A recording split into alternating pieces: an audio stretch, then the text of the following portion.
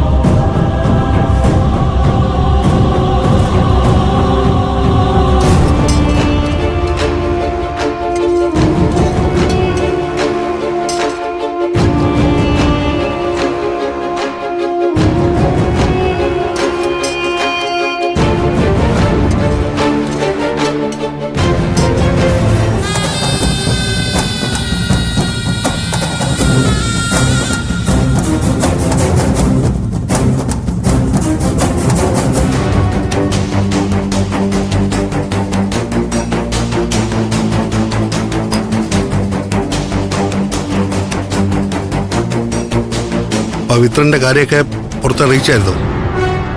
എന്തായി? പവിത്രനെ കണ്ടുപിടിക്കാൻ പറ്റിയോ? വൈഫിനെ വിളിച്ച് കാര്യം പറഞ്ഞായിരുന്നു. പവിത്രനെ കാണുകയും ചെയ്തു. എനിക്ക് അനുകൂലമായ ചില സംഭവങ്ങളും ദയവായിട്ടുണ്ടാക്കി. എന്നിട്ട് സാറിന്റെ അനിയനെ പവിത്രൻ വിട്ടുകൊടുത്തോ? ഇന്നലെ 11 മണിക്ക് പ്രണവിനെ കൊണ്ടുവന്ന് വൈഫിനെ ഏൽപ്പിക്കാമെന്നാണ് പവിത്രൻ പറഞ്ഞത്. അത് നടന്നോ ഇല്ലയോ എന്ന് എനിക്കറിയില്ല. പവിത്രൻ എന്നെ പോലെയല്ല, ആള് പാവ. സാറിന്റെ ഭാര്യ കൃത്യമായി അവനെ കണ്ട് കാര്യങ്ങൾ പറഞ്ഞിട്ടുണ്ടെങ്കിൽ അവൻ കൂടെ നിൽക്കും. അവന് പറ്റിയ പണിയല്ല അവൻ ഈ ചെയ്യുന്നത്. അവന്റെ മനസ്സിലെവിടെയോ ഒരു നന്മ കിടപ്പുണ്ട്. സാറ് വിഷമിക്കണ്ട. കാര്യങ്ങൾ പവിത്രൻ തന്നെ കോടതിയിൽ വന്ന് പറഞ്ഞോളൂ. അങ്ങനെയാണെങ്കിൽ മിക്കവാറും സാറിന് ഇന്ന് സലാം പറഞ്ഞു പോവാം. ഗൗതമിനെ കാണാനായിട്ട് വൈഫ് വന്നിട്ടുണ്ട്. ഏയ് വേണ്ട, കഴിച്ചിട്ട് വന്നാൽ മതി. ഏയ് വേണ്ട വേണ്ട, ഞാൻ ദാ വരുന്നു.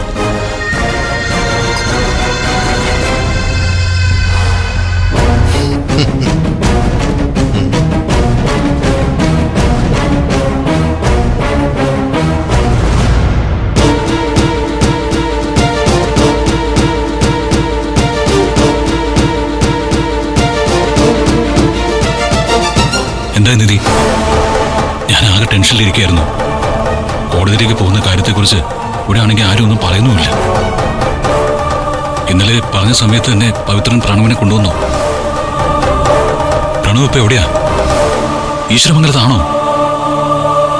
അവന് വേറെ കുഴപ്പമൊന്നുമില്ലല്ലോ? ഹെൽത്തൊക്കെ ഓക്കെ അല്ലേ?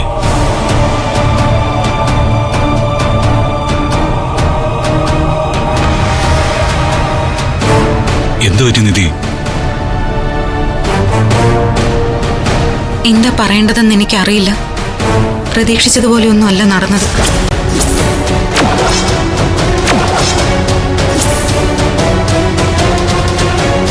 ഞാൻ പറഞ്ഞതുപോലെ തന്നെ സംഭവിച്ചു അല്ലേ? പവിത്രൻ തനി സ്വഭാവം കാണിച്ചു കാണും. ചതിച്ചത് പവിത്രനല്ല, CKCയും ജ്യോതിർമയും തന്നെയാണ് ഗൗതം.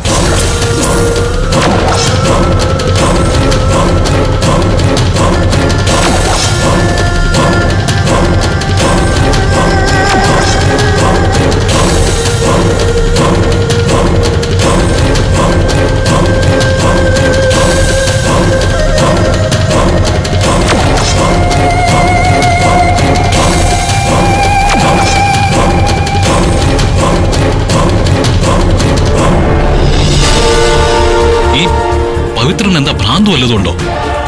അവൻ എന്തിനാ CKCയുടെ പെർമിഷൻ വാങ്ങിക്കാൻ വേണ്ടി പോയത്? വലിയ ഗുണ്ടയാണെന്നൊക്കെ പറഞ്ഞിട്ട് ഇത്രയ്ക്കൊക്കെയുള്ള ബുദ്ധിയുള്ളോ? പ്രണവനെ വിട്ടുകൊടുക്കട്ടെ എന്ന് ചെന്ന് CKCയോട് ചോദിച്ചാൽ ഉടനെ എന്നാൽ അങ്ങനെ ആയിക്കോട്ടെ എന്ന് പറഞ്ഞ് CKC തല കുലുക്കുന്നാണോ ആ മണ്ടൻ കരുതിയത്?